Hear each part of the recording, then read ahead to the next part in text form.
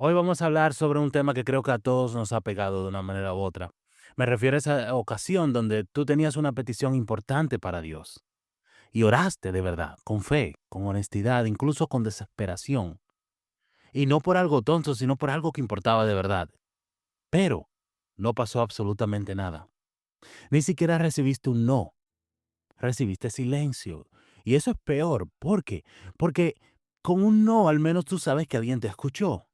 Pero el silencio te deja con una pregunta que da miedo decir en voz alta. ¿Qué tal si estoy hablando solo? Hoy vamos a hacer algo que casi nunca se hace bien. Vamos a ver qué está pasando realmente cuando tú oras y no ves nada.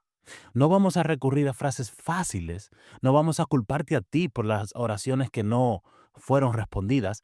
Vamos a abrir la Biblia y dejar que la Biblia nos instruya. Vamos a ver qué tiene que decir Dios en su palabra al respecto. Bienvenido a Simple y Cierto, mi nombre es Héctor Calvo y mi meta es ayudarte a entender y aplicar la Biblia bien y sin enredos. Y hoy vamos a hablar de algo que, again, mucha gente carga sola, porque en la iglesia no siempre hay espacio para decirlo sin que alguien te corrija antes de escucharte. Entonces, ¿qué haces cuando tú oraste con fe de que Dios actuaría a tu favor por algo que importaba de verdad y no viste resultado? Y ahora estás en un lugar incómodo. No sabes si Dios dijo no, si dijo espera o si no dijo nada. No sabes si hiciste algo mal, no sabes si lo que sientes es normal o si algo en ti está roto. Y eso es lo que vamos a resolver hoy, nuevamente, no con respuestas fáciles, sino con lo que la Biblia realmente dice sobre esto. Y te adelanto algo, lo que vamos a encontrar probablemente es diferente a lo que te han enseñado, pero creo que esto va a ser más honesto y más útil. Primero, quiero decirte algo antes de explicar nada. Lo que tú sientes tiene nombre. Es algún concepto que no es extranjero en la Biblia. No eres el primero en sentir que oras y que el cielo está cerrado. No eres el primero en arrodillarte con todo y levantarte con nada. Esto no te hace mal cristiano. Esto te pone en una lista muy larga de personas en la Biblia y a lo largo de la historia del cristianismo y de la humanidad que sintieron exactamente lo mismo. El Salmo 22 empieza así, textualmente. Dios mío, ¿por qué me has abandonado? ¿Por qué estás lejos para salvarme? Tan lejos de mis gritos de angustia. Dios mío, clamo de día y no me respondes. Clamo de noche y no hallo reposo. Esto está en la Biblia.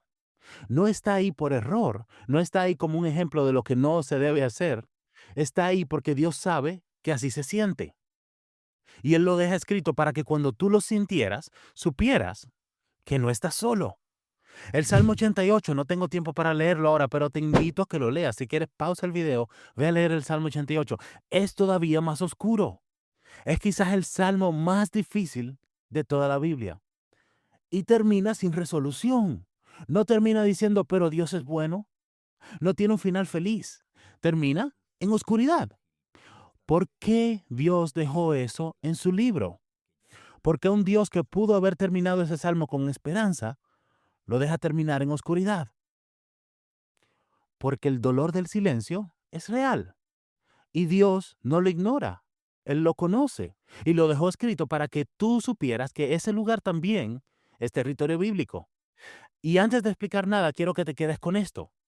Lo que sientes no es pecado, no es falta de fe, es señal de que eres humano y de que estás siendo honesto contigo mismo y con Dios. Y eso es importante. Ahora sí, hablemos del problema de fondo. ¿Cuál es el problema? Yo creo que parte de lo que está pasando no es que Dios falló, es que alguien te dio un mapa incorrecto.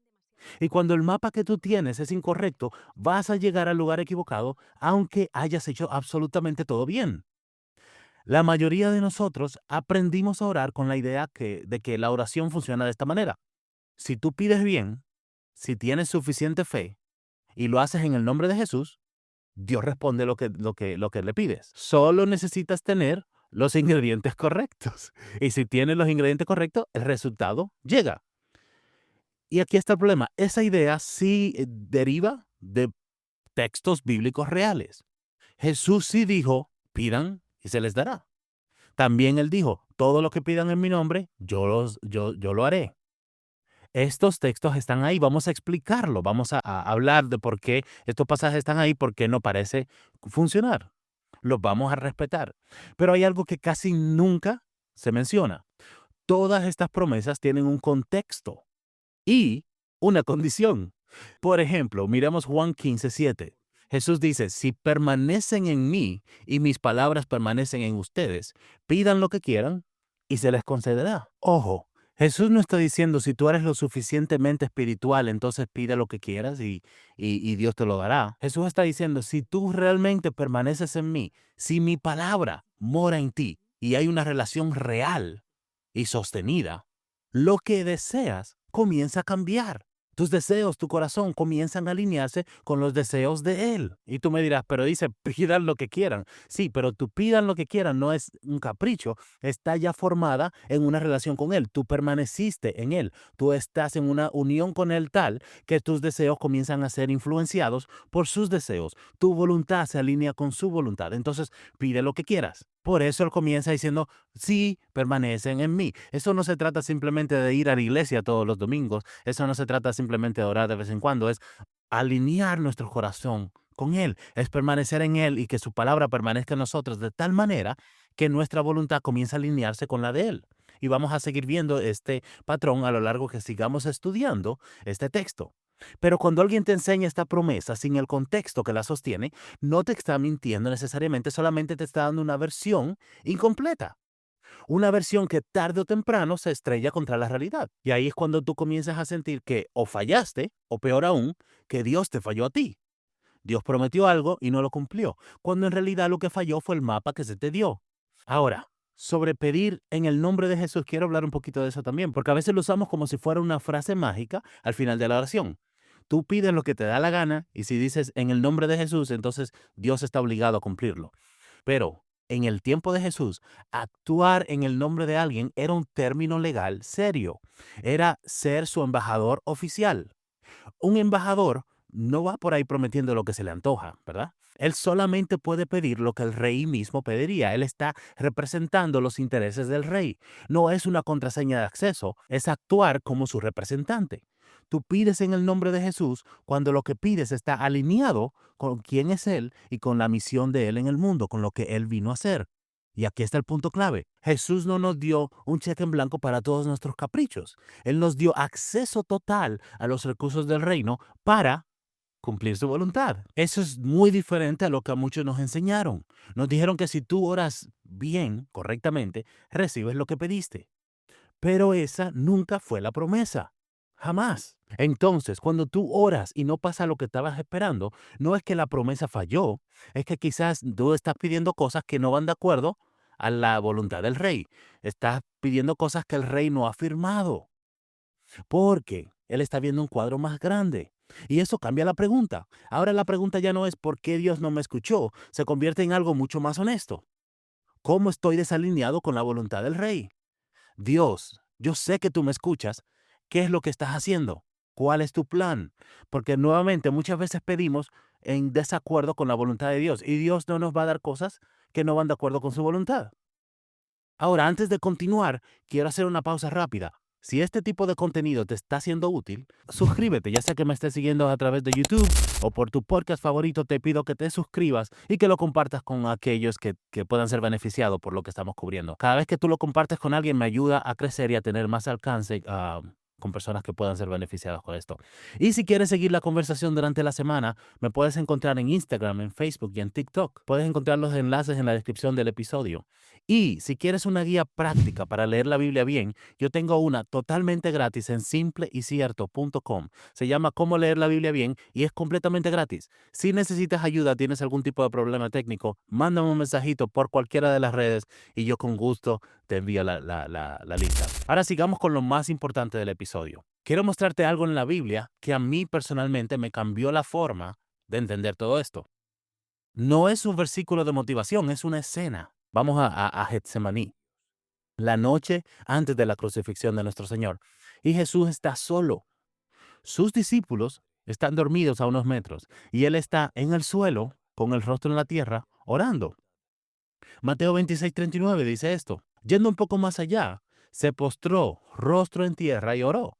Padre mío, si es posible, no me haga beber este trago amargo, pero no sea lo que yo quiero, sino lo que quieres tú. Jesús oró esto 3 veces. 3 veces pidió lo mismo, que la copa pasara, que hubiera otra forma. Y la copa no pasó. Y quiero que te detengas ahí un momento, porque ¿quién es el que está orando? Es Jesús. No es un creyente con poca fe. No es alguien que no supo orar. Es el Hijo de Dios, el que vino a modelar cómo vivir la vida cristiana o el caminar que Dios quería de nosotros, cómo ser realmente humanos. Y él oró con angustia real. No fue una angustia fingida, fueron lágrimas reales. Fue un dolor real. Juan en su evangelio nos dice que su sudor era como gotas de sangre. Eso no era un teatro, era agonía genuina. Y Dios no le quita la copa. Ahora, hay algo que necesito decir con cuidado aquí. Dios no ignoró a Jesús. Hebreos 5:7 dice que Jesús fue escuchado. Dios oyó cada palabra. Dios estaba ahí. Pero respondió a la parte más profunda de la oración. No a la primera parte, donde él pidió que pase esta copa, sino a la segunda. No sea lo que yo quiero, sino lo que quieres tú. Dios dijo no al pasar la copa. Y ese no fue el sí más grande de la historia. El no a la copa fue el sí a tu salvación. El no a la copa fue el sí a la resurrección. El no a la copa fue el sí a que tú y yo pudiéramos hablarle a Dios hoy. La oración más importante de la historia fue respondida con un no. Y ese no fue el acto de amor más grande que el mundo ha visto. El momento en el que Dios más nos amó en toda la historia fue el momento en que le dijo no a su propio hijo. No porque Dios fuera indiferente al sufrimiento de su hijo, sino porque Dios veía algo que en ese momento todavía no se podía ver por completo. Él veía el otro lado de la cruz. Él veía la resurrección. Él veía millones de personas que iban a encontrar la vida por lo que estaba a punto de suceder.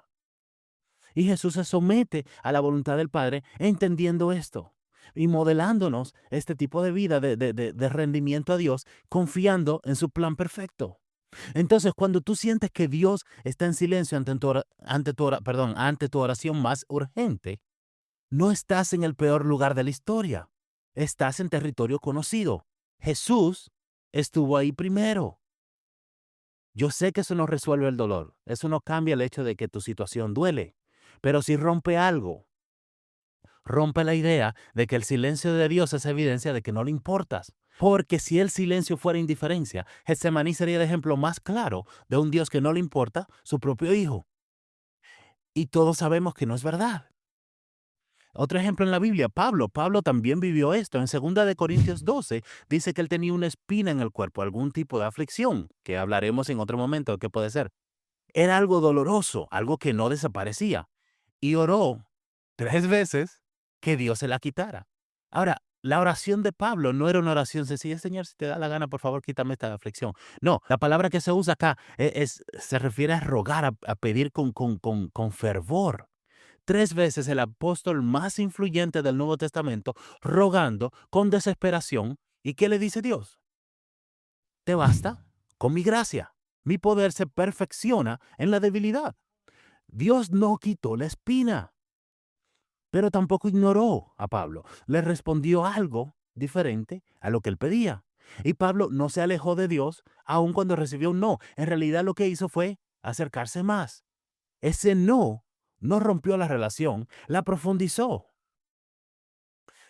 Entonces, llegamos a la pregunta que ya te estás haciendo. Si Dios no siempre me da lo que le pido, ¿para qué orar? Si Él va a hacer su voluntad, ¿cuál es el punto de orar?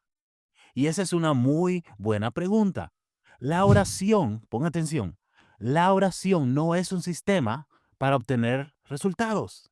No es un formulario que llenas con los datos correctos para que Dios procese tu solicitud. La oración se trata de relación. Y en cualquier relación real, la otra persona no siempre hace lo que le pides. Eso no significa que no te escucha, significa que a veces ve algo que tú todavía no puedes ver. tú ves el tráfico en la esquina, Dios ve toda la ciudad completa. Entonces, orar no es para convencer a Dios de que vea lo que yo veo. Orar es acercarme a Él mientras aprendo a confiar en lo que Él ve. Y aquí es donde el camino se divide en dos. Tienes dos opciones. O cierras la puerta y te vuelves indiferente, o sigues en la lucha, sigues preguntando, sigues doliendo. Jesús nos advirtió acerca de eso. Él nos advirtió de orar con insistencia, de seguir perseverando en la oración, de seguir pidiéndole a Dios cuáles son tus necesidades. La segunda opción se siente más difícil, pero esa es la que te mantiene en la habitación con Dios. La oración no te da control sobre lo que pasa. Te mantiene conectado a la persona que sí tiene el control. Aunque no entiendas lo que está haciendo, aunque el silencio dure más de lo que tú soportas. Y en una relación real, eso vale más que obtener lo que pediste. Entonces, ¿cómo sigues hablando con alguien cuando no siempre escuchas una respuesta? ¿Cómo mantienes viva una relación en el silencio? Quiero darte 3 cosas simples.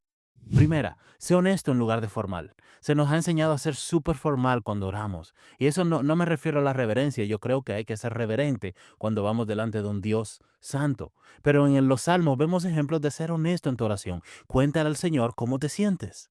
Dile, Señor, me siento frustrado, siento que no me escuchas. Segunda, cambia tu actitud en la oración. Recuerda, la oración no es una llave mágica para obtener lo que quieres. Dios no es un genio de la lámpara que frotas y te tiene que conceder tus 3 deseos. Dios es un padre que te ama. Y porque te ama, hay ocasiones donde te va a decir que no. Ve a tus oraciones con la confianza de que Dios es un padre bueno que te va a dar lo que te conviene, no lo que no te conviene. Y ve confiando en que, nuevamente, tú ves el tráfico de la esquina, pero Dios ve toda la ciudad. Tenemos que ir en oración con esa confianza de que Dios sabe lo que me conviene. Tercero, sigue orando, aun cuando no sientas nada. Recuerda, la oración no es una fórmula, es relación con Dios. Si este episodio te fue útil, compártelo con alguien que lo necesite. Esas conversaciones son difíciles de empezar solos. A veces, un video así puede ayudar a abrir estas conversaciones. Así que nos vemos en la próxima semana. Que Dios te bendiga mucho.